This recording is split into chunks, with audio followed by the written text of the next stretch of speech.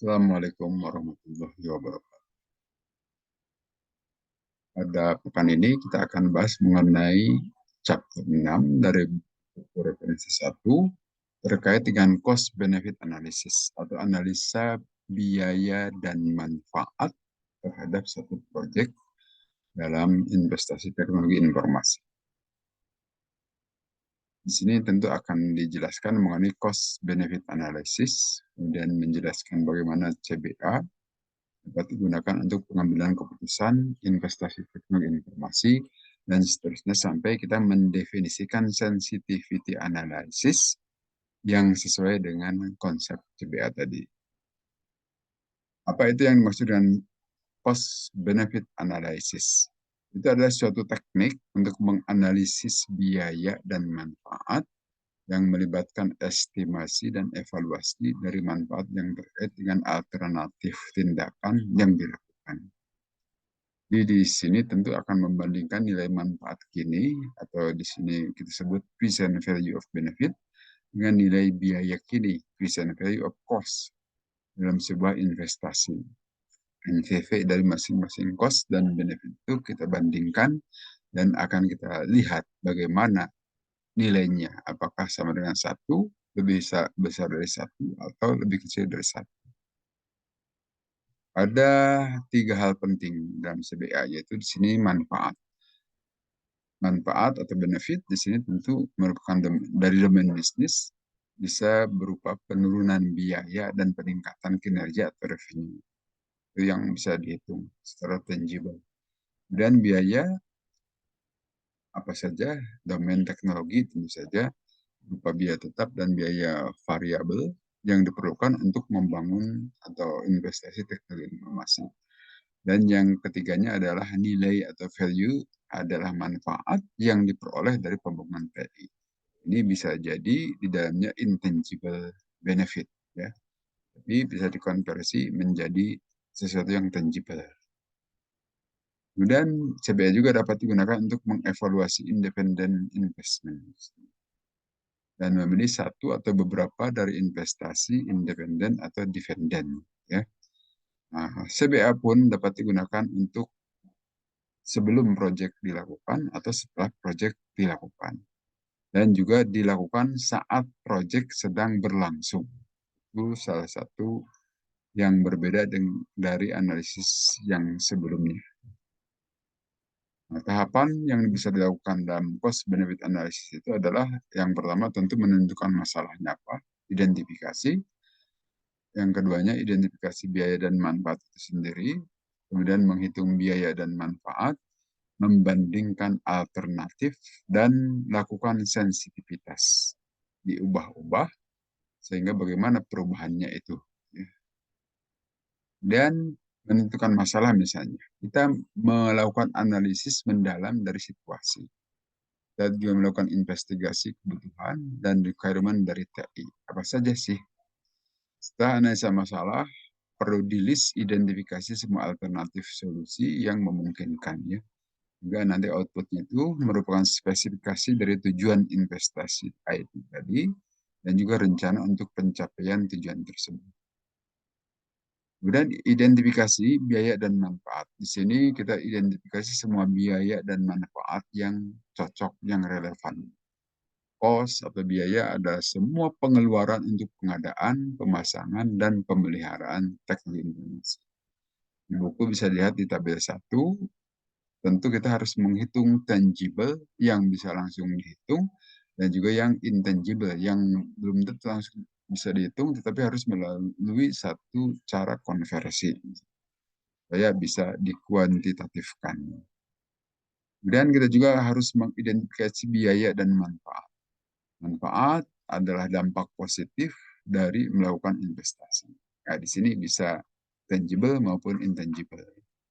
Dan benefit juga bisa diklasifikasikan menjadi 5 kategori. Yang pertama, penghematan biaya atau avoidance di sini, pengurangan kesalahan, peningkatan kinerja operasional, peningkatan fleksibilitas, dan peningkatan perencanaan dan pengendalian.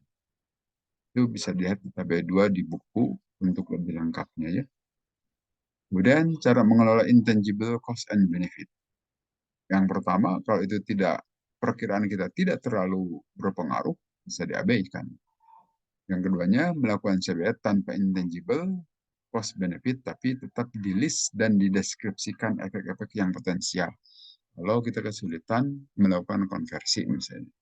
Dan juga menggunakan ukuran pengganti dan memasukkan dampaknya secara langsung ke dalam CBA. Ini ada konversi. Yang keempat, menggunakan metode survei untuk menentukan value. Dan juga bagian dari cara mengkonversi. Dan juga bisa menggunakan shadow price, harga bayangan. Ya, diperkirakan kira-kira berapa, ini juga konversi. Dan cost and benefit yang akan muncul dihitung kembali menggunakan nilai mata uang sekarang dengan menggunakan present value. Dan juga membandingkan alternatif yang ada berdasarkan kriteria umum tadi. Nah, di sini kita lihat kriteria umum untuk mengevaluasi investasi TI. Yang pertama tentu memaksimalkan rasio manfaat atas biaya. Artinya manfaat harus lebih besar daripada biaya. Dengan menghitung benefit to cost ratio dari setiap alternatif dan ambil nilai yang paling besar. Misalnya seperti ini. Benefit to cost ratio itu present value dari benefit dibagi present value dari cost. Ini rumus present value dari benefit, sedangkan ini present value dari cost. Kemudian yang keduanya memaksimalkan net present value atas net benefit. Misalnya di sini pilih alternatif yang mempunyai nilai net present value atas net benefit yang paling besar. Kita bisa menghitungnya seperti ini. Benefit dikurangi cost dan di present value-kan, maka nanti bisa kita ketahui yang paling besar saja yang kita ambil.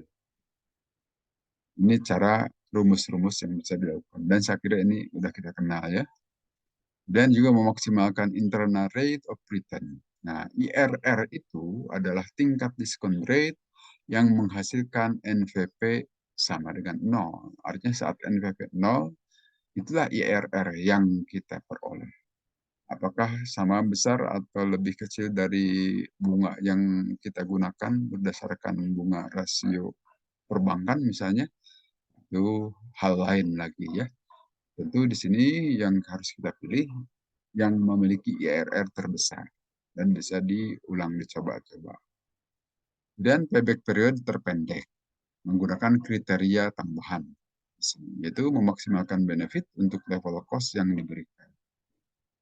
Berarti saat setiap alternatif investasi IT memiliki level cost yang relatif sama, kita harus memaksimalkan benefit untuk level cost tersebut. Dan juga meminimalkan cost untuk level benefit yang diberikan. Nah, berarti setiap saat alternatif investasi IT memiliki tingkat level benefit yang sama. Oke, analisis sensitivitas sekarang. Itu adalah penentuan keandalan dari keputusan yang dihasilkan dari cost benefit analysis.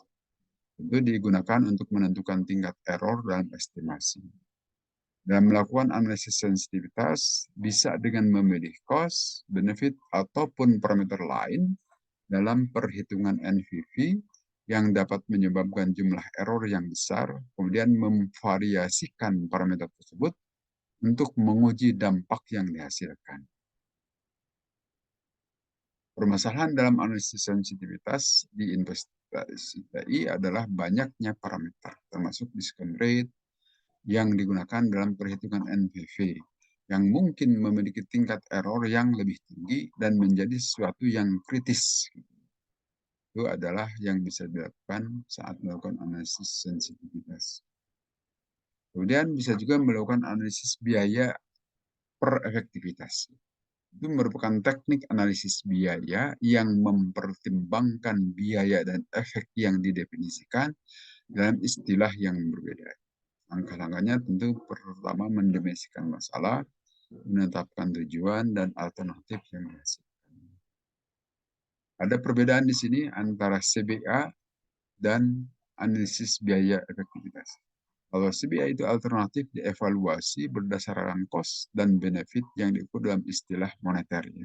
Sedangkan analisis biaya terhadap efektivitas, itu cost dievaluasi berdasarkan istilah moneter dan benefit ditaksir dengan istilah seberapa efektif setiap alternatif untuk memenuhi tujuan umum. Itu merupakan alternatif metodologi yang tepat untuk mengevaluasi dan memilih investasi IT. Tiga, intangible menjadi bagian yang kritis dalam suatu analisa. Analisa biaya terhadap efektivitas. Baik, saya kira itu saja yang bisa disampaikan untuk kesempatan kali ini. Terima kasih atas perhatian Anda semua. Assalamualaikum warahmatullahi wabarakatuh.